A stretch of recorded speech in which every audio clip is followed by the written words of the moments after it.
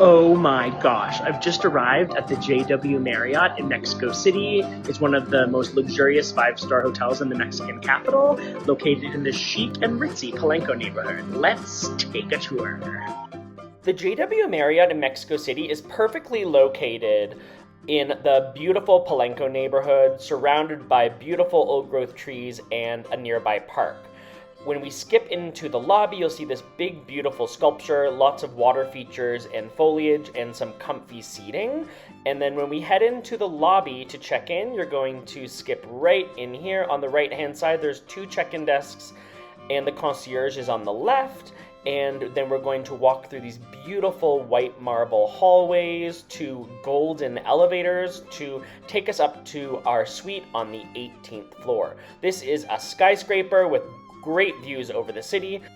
As we come out of the elevator, you'll see there's potted orchids by each of the elevator bays, and I'm going to turn right here and walk down the hallway. On the left, when we peek through these windows, you're going to see an amazing view. The JW Marriott is a skyscraper with amazing views. You can see the Performing Arts Center in the background, as well as a huge Mexican flag, and as we look down, you'll see the hotel's terrace, and we can zoom in to see guests enjoying the swimming pool. Let's take a suite tour. I'm in a big, comfy, king-size bed suite. There's a shower, sink, as well as a toilet. And as we come into the bedroom, there's a big, comfy bed, beautiful artwork, a little nook for reading and sitting down and enjoying this beautiful view overlooking Polanco. The Spa and Fitness Center is all located on the 7th floor. It's the wellness area. You check in on the left there, get your towels, and they'll organize an attendant to get you a chair for the pool deck if you need it. There's exercise equipment on the area where you first walk in, so the treadmill area, and then just past this indoor water feature, there's additional workout equipment like bikes and elliptical machines, so really there's something for everyone. The spa is more of a fitness club vibe. There's two different treatment rooms. You can get a massage, a facial, an exfoliating scrub, so great place to enjoy a wellness treatment. If you're looking to enjoy the sun, head to the rooftop pool, which is right outside of the fitness center. There's lounge chairs as well as a terrace area with chairs so you can order lunch, dinner. They also have these lovely comfy hanging sofas. And the attendants will be there to bring food or drink to you if you want to have a nibble. Let's check out the restaurant concept. Sendero is the hotel's signature restaurant. It's open for breakfast, lunch, and dinner. It's on the main floor and it overlooks the park and the Performing Arts Center. The seating is large dining room tables for groups, as well as little intimate nooks. You can see the center area here has this very comfy circular couch area, so there's a lot of options in terms of dining. In the morning, guests gather here and line up for a buffet breakfast. They also have an a la carte menu for breakfast. The buffet features all the favorite breakfast items you love, like charcuterie, cheese, fresh fruit juices, fresh fruit. They've got a bakery section with English muffins, bagels, and toast, and then lots of delicious pastries like French patisserie, croissants, muffins, as well as fresh fruit granola bar area for yogurt lovers. They even have a salad bar as well as some selections of dessert. They have an omelette a la minute egg station and all of these hot dishes. I ordered an a la carte dish of huevos rancheros one morning. In the evening, we tried out the Culinary Map tasting menu. So this is a tasting menu where beverages like wine and cocktails are paired with individual dishes. Each dish is inspired by a different Latin American cuisine. So we tried dishes from Brazil, Peru, Mexico, Venezuela. It's a really fun way to experience unique Latin American flavors when at the JW Marriott. Tahona Mezcal Room is a truly unique concept. It's located right beside the restaurant.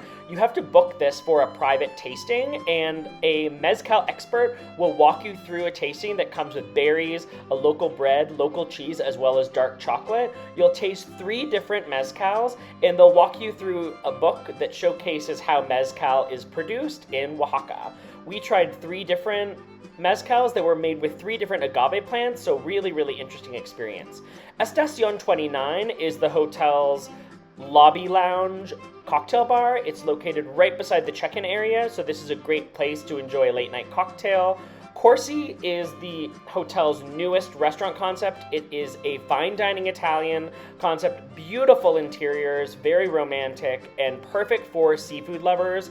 I'm going to walk you through the dining room. You'll see there's beautiful lanterns, there's really nice blue and yellow colors, wax candles dripping everywhere. It's really quite the vibe, and they have an icy area filled with fresh fish, oysters, and any kind of seafood that you desire. There's an open concept kitchen as well as a really cool cocktail bar serving up your favorite aperitivos.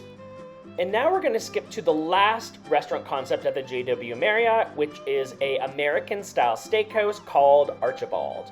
We skip through this beautiful little corridor that's just shimmering and pop through the window doors and you'll see a beautiful entrance. The dining room was packed on a weekend. This is the place to get all of your favorite steak cuts paired with fine wine. We just know you're going to love your trip to the JW Marriott Mexico City. If it's your first visit to Mexico City, first stop needs to be the National Museum of Anthropology. It's the largest and most visited museum in Mexico, and by many, it's considered the best museum in all of Latin America and one of the world's best museums, up there with the Louvre in Paris and the Met in New York City. It was designed in 1964. The monumental building contains exhibition halls surrounding a courtyard with a huge pond and a vast square concrete umbrella that's supported by a single slender pillar. The halls are ringed by gardens, many of which contain outdoor exhibits. The museum has 23 rooms for exhibits and covers an astonishing 80,000 square meters. The museum contains significant archaeological and anthropological artifacts from Mexico's pre-Columbian heritage, such as the Stone of the Sun, also known as the Aztec calendar stone, which you can see here and is likely the most photographed. The museum opens at 10 a.m. We recommend arriving by 9:45 a.m. to get there before the line starts. There's lots of children from schools that are there Monday to Friday. On weekends, it'll get quite busy with families. Sunday is free museum day, so expect a bit of chaos, but you can save some money if you attend on Sunday. We recommend spending at least 2 hours here. I ran through the museum on this visit in 2 hours, but you can really spend 3 to 4 hours here. When you're walking through the Anthropology Museum, you're regularly going to see doors that are open into a garden. Make sure to always step outside because this unique museum has exhibits that are both inside and outdoors. You can see huge recreated Mayan and Aztec temples just like you're seeing here. It's really phenomenal. You're going to love your visit. Next door, you're going to find Museo Tamayo. This museum was founded in 1981 by artist Rufino Tamayo. It was the first major museum in Mexico built with private funds. The museum's pyramidal shape is inspired by pre-Hispanic architecture. It's designed to integrate with the surrounding Chapultepec Park. The museum's collection includes works by many famous artists, including Picasso, O'Keeffe, and Moreau. Next stop is the Diego Rivera Mural Museum, which houses one of Diego Rivera's most famous works called Dream of a Sunday Afternoon in the Alameda Central, which is one of Mexico City's most beautiful parks, and it's just right outside the door of the museum, so on a weekend you'll see lots of kids and families playing in water fountains on a hot sunny day. The mural was originally painted for the Hotel del Prado Misión in 1947. The museum was built in 1986 after the hotel was destroyed in an earthquake. Today, you can visit on a Sunday for free or any day of the week except Mondays when it's closed. We recommend visiting and joining with a guide who can help explain the importance of all of the famous Mexican characters and historic figures located within the mural. One of my favorite attractions in Mexico City was Museo de Arte Popular. This is the perfect attraction to take families with kids, although adults just like me will have a blast on their own. The museum is located in a former firehouse in the historic center of the city. The museum is known for sponsoring the annual Noche de Alebrijes parade, which features large-scale Mexican folk art sculptures of fantastical creatures that parade from the Zócalo to the Angel of Independence monument. The museum's fantastical collection includes textiles, pottery, glass, piñatas, and even folk art furniture. We're going to take a little tour through here, and I'm going to share some of my favorite snippets from the museum. If you're a fashion lover, you're going to love these mannequins dressed in classic Mexican folk fashions. This is the room that has all of the Mexican devils which are surrounded, interestingly, by all of the Catholic iconography, Virgin Marys. This is a wall covered in folk masks. If you're a mask lover like me, you're gonna love this. Some of the masks even are made with animals. The most photographed room at the museum is filled with skeletons. If you're a fan of the Disney Pixar film Coco that really dives into the Day of the Dead and all of the skeleton iconography, you will really enjoy checking out this room where there's some hilarious skeletons and skulls, which is really keeping in touch with the Mexican culture. There's also this gallery filled with brightly, beautifully painted iconography with Adam and Eve, a beautiful peacock, so lots of animals. We've also got a jaguar and a crocodile, and another one of these fabulous parade features, beautiful masks. This gallery you can see behind is an active volcano, but these are small scale versions of the large parade mystical creatures that get used during the festive season. We even have terracotta murals. And that last room has impressive wicker weaving. Our next stop is the Palacio de Bellas Arts. This is a gorgeous building and one of Mexico City's most famous architectural monuments. Palacio de Bellas Arts was first constructed in 1905, but was complicated by the heavy marble shell that sank into the ground. The theater's curtain is made of glass and weighs 24 tons. It was made in New York City's Tiffany House and depicts the Valley of Mexico. The palace is home to the National Theater, the National Dance Company, the National Symphony Orchestra, the National Opera Company, and the ballet. The building's walls are decorated with murals by Diego Rivera, Jose Clemente Orozco, David Alfaro Siqueiros, Rufino Tamayo, and Jorge Gonzalez Camarena. The theater's ceiling is a circular stained glass window designed by Geza Martol, which depicts Apollo and the 9 Muses. We recommend visiting on a Sunday when entry is free, but you can come any day of the week. There are 3 floors of murals, and I have to say you're going to feel like you've been on a Stairmaster. There's lots of exercise to get up these steps. If you have a disability, they do have an elevator, making it perfectly accessible to everyone. Next stop is the National Museum of Art, which is located just down the street in the heart of the historic district of the city. It was founded in 1982 and located in the former Palace of Communications, which was designed by Italian architect Silvio Contri. The museum's collection is spread out across 5,500 square meters of exhibition space, and its collection is divided into 3 periods: colonial, post-independent, and post-revolution. It includes works by some of Mexico's most famous artists, such as Diego Rivera, Jose Clemente Orozco, and David Alfaro Siqueiros. You'll also find folk art, photography, sculptures, engravings, antique furniture, and beautiful palace-like rooms with alfrescoes on the ceiling. If you're a fan of religious iconography and art history, you will really appreciate the number of Virgin Marys, depictions of Jesus, and different parables from the Bible. It's really interesting to see how Mexican artists have interpreted the Catholic faith here, which is such an important part of Mexican life.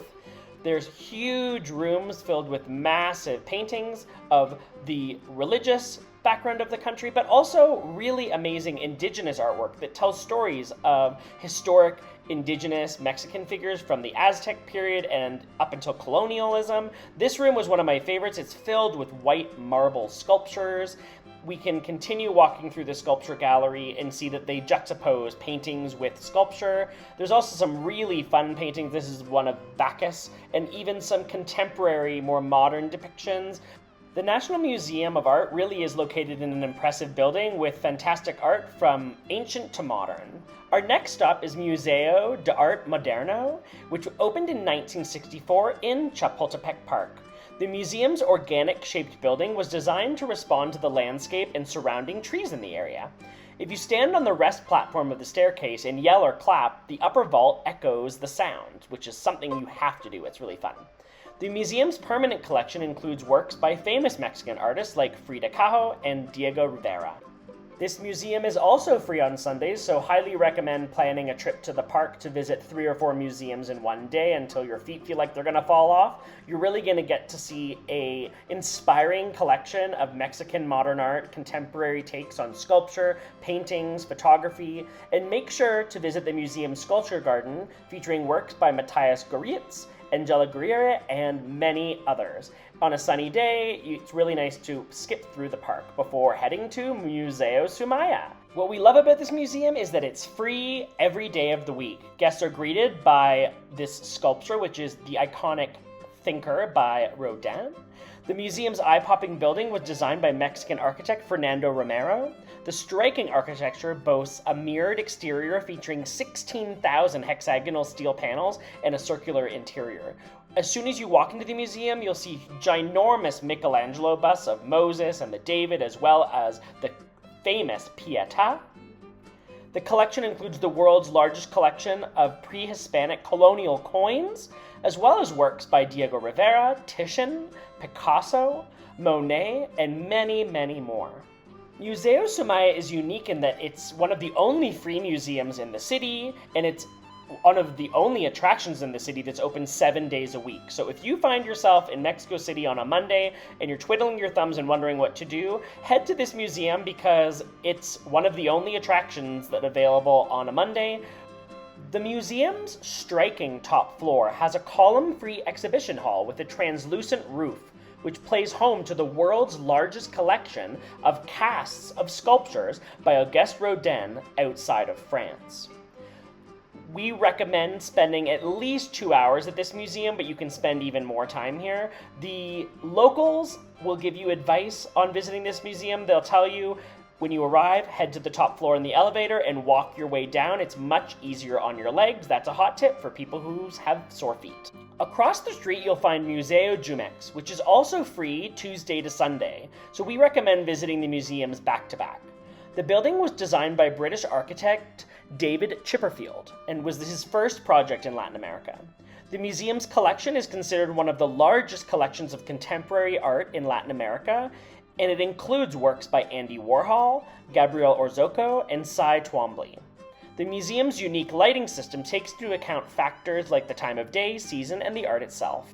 If you're looking for a truly oddball, or dare I say weird experience in Mexico City, head to the Antique Toy Museum of Mexico. Mexican-born Japanese collector Roberto Shimizu has amassed more than 1 million toys in his lifetime, and this jumbled 4-floor museum showcases about 60,000 pieces, ranging from life-size robots to dusty, tiny action figures. The museum collection is the result of the merger of 2 stores that sold toys between Christmas and the Feast of Three Kings. Its collection spans from the 19th century to the 1980s and includes toys, games, dolls, and other objects from everyday life in Mexico, like this gallery that specifically highlights Mexican wrestling. Now, to be honest, sometimes skipping through this museum can feel like you've stepped into a hoarder's house. The murals along all of the staircases really liven up the mood, though.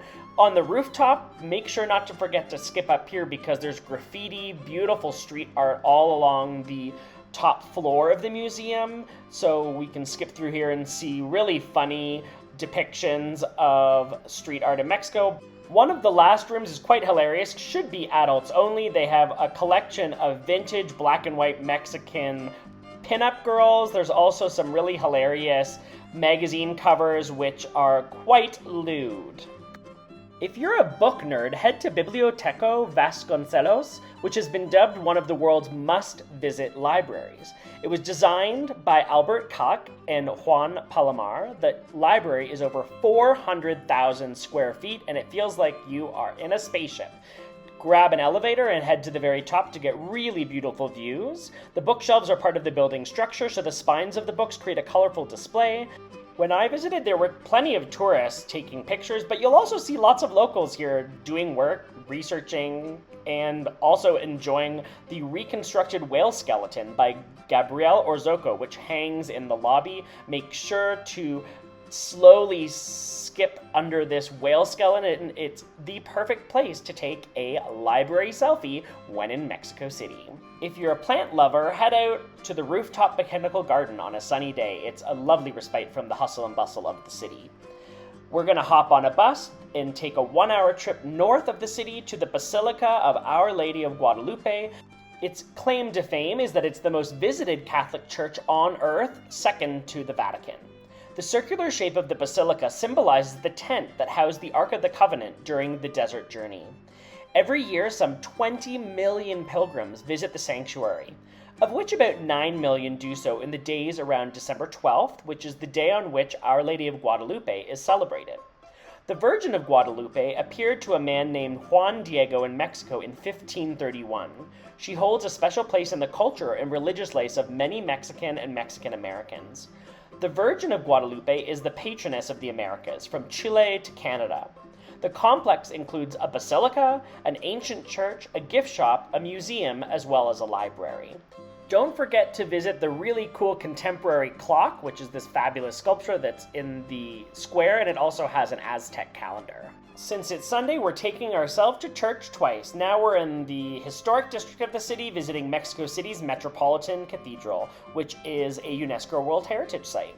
We visited during an actual special celebration. There were people dressed in indigenous clothing. You can even see outside the cathedral in the square, there was this demonstration of all these red painted skulls, and they were lighting a fire with all these flowers and drums. It was quite the scene.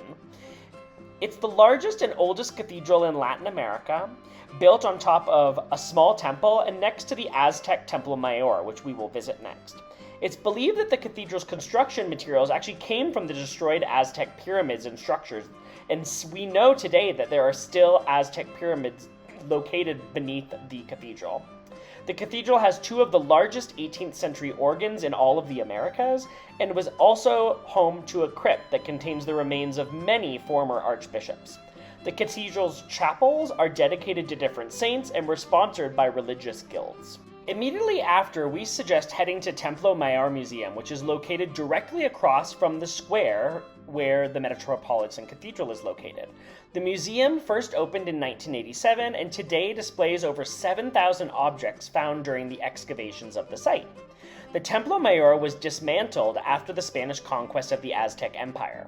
During the height of the Aztecs, the Templo Mayor was the world's third largest pyramid, towering some 200 feet high into the sky. Visitors to the museum can enjoy a unique historic juxtaposition, skipping through the ancient Aztec temple while staring up at the city's Catholic cathedral in the distance. The museum vividly recreates the duality of life and death, water and war, agriculture and tribute.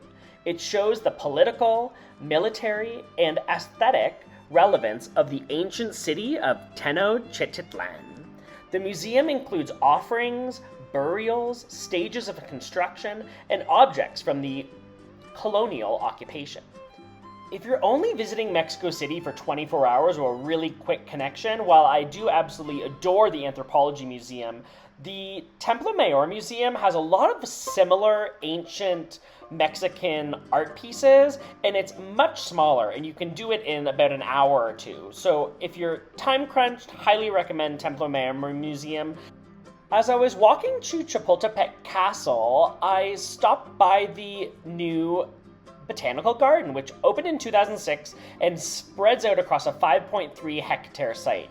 There's lots of outdoor gardens, but the ornate glass house with its stained glass roof is a must-see. The garden has more than 300 varieties of plants, including pollinators, edible plants, succulents, wetland plants, and 14 species of wild dahlias, agave, and cacti. If it's a beautiful sunny day, a stop into the Botanical Garden, which is free, is a must if you are a green thumb and horticulture fan. Last stop on our Mexico City adventure is Chapultepec Castle, which is famous for being the site of the Battle of Chapultepec during the Mexican-American War, where young cadets known as Niños Heros, which means boy heroes, died defending this castle. Chapultepec translates to Grasshopper Hill in the language of the Aztec people. The castle is now a National History Museum, housing artifacts from Mexico's rich past. It was originally built as a summer residence for Spanish viceroys during colonial times, and later served as the official residence of Mexican presidents until 1934, when it was converted into a museum. We recommend visiting on a weekday because weekends this place gets packed full of families with kids.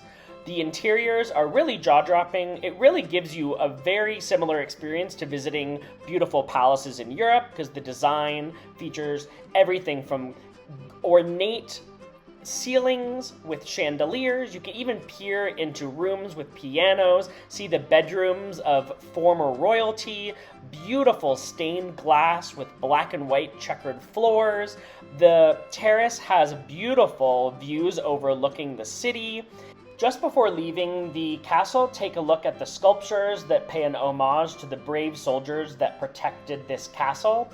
Mexico City is North America's largest city, and I think after watching this video, you can see that you can easily spend a week here running around, visiting cathedrals, art galleries, museums, and more. We just know you're gonna love the Mexican capital.